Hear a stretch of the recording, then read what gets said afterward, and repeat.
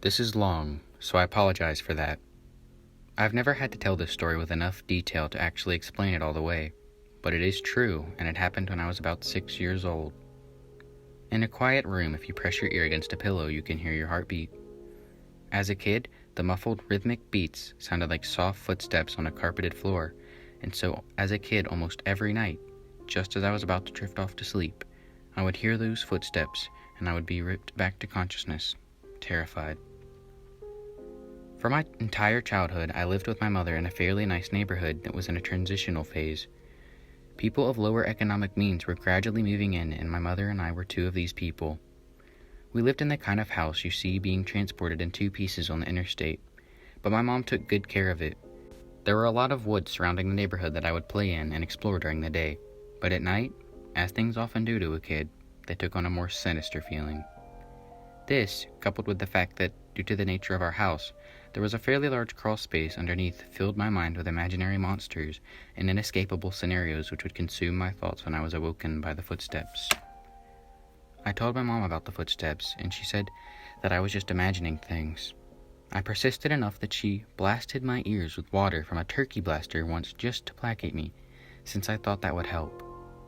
Of course it didn't. Despite all the creepiness and footsteps, the only weird thing that ever happened was that every now and then I would wake up on the bottom bunk despite having gone to sleep on the top. But this wasn't really weird, since I'd sometimes get up to piss or get something to drink and could remember just going back to sleep on the bottom bunk. I'm an only child, so it didn't matter.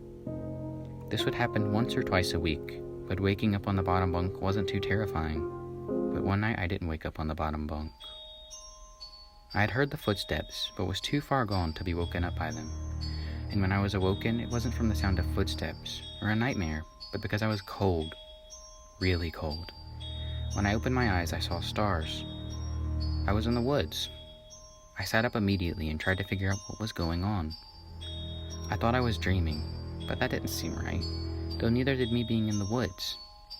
There was a deflated pool float right in front of me, one of those ones shaped like a shark. This only added to the surreal feeling, but after a while, it seemed like I wasn't going to wake up because I wasn't asleep.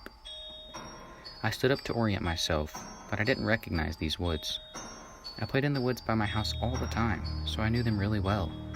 But if these weren't the same woods, then how could I get out? I took a step and felt a shooting pain in my foot, which knocked me back to where I had just been laying. I'd stepped on a thorn. By the light of the moon, I could see that they were everywhere. I looked at my other foot, but it was fine, and as a matter of fact, so was the rest of me. I didn't have another scratch on me, and I wasn't even that dirty. I cried for a little bit, and then stood back up. I didn't know which way to go, so I just picked a direction. I resisted the urge to call out since I wasn't sure I wanted to be found by who or what might be out there. I walked for what seems like hours. I tried to walk in a straight line and tried to course correct, but when I had to take detours, but I was a kid and I was afraid. There weren't any howls or screams, and only once did I hear any noise that scared me. It sounded like a crying baby. I think now that it was just a cat, but I panicked. I ran veering in different directions to avoid big thicks of bushes and collapsed trees, and I was paying close attention to where I stepped because by that point my feet were in pretty bad shape. I paid too much attention to where I was stepping and not enough to where those steps were leading, because not long after hearing the cry, I saw something that filled me with a kind of despair I haven't experienced since. It was the pool float. I was only 10 feet from where I had woken up. This wasn't magic or some supernatural space bending. I was lost. Up until that moment, I thought more about getting out of the woods than how I got in, but being back at the beginning caused my mind to swim. I wasn't even sure that these were my woods. I'd only been hoping that they were. Had I run into a huge circle around that spot, or did I just get turned around and start making my way back? How was I going to get out? At the time, I thought the North Star was just the brightest star, and so I looked and found the brightest one and followed it.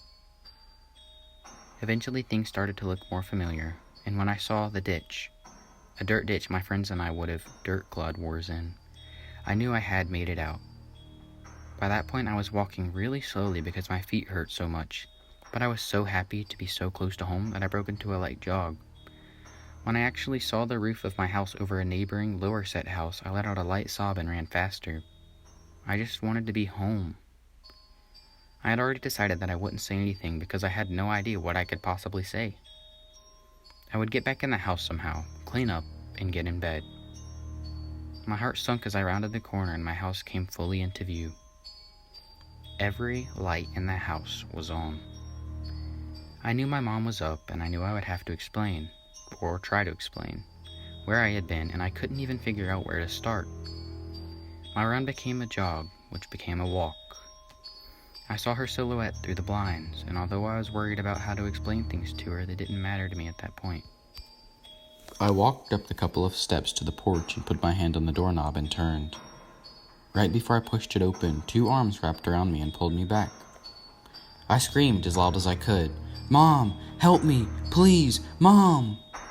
The feeling of being so close to being safe and then being physically pulled away from it filled me with the kind of dread that is, even after all these years, indescribable.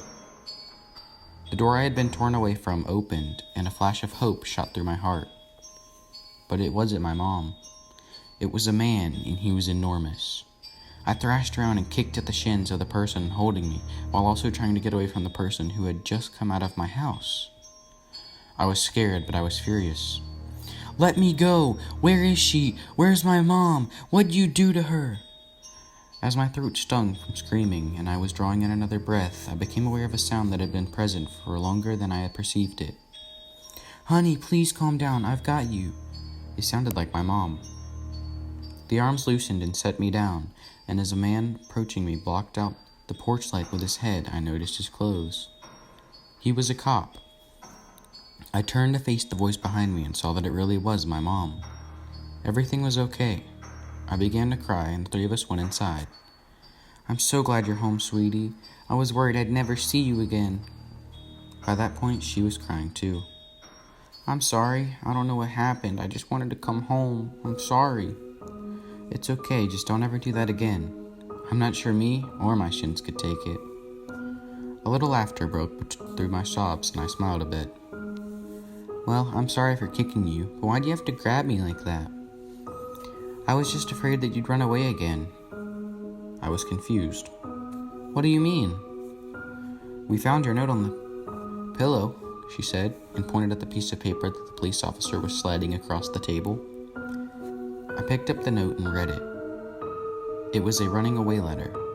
It said that I was unhappy, never wanted to see her or any of my friends again. The police officer exchanged a few words with my mom on the porch while I stared at the letter. I didn't remember writing a letter.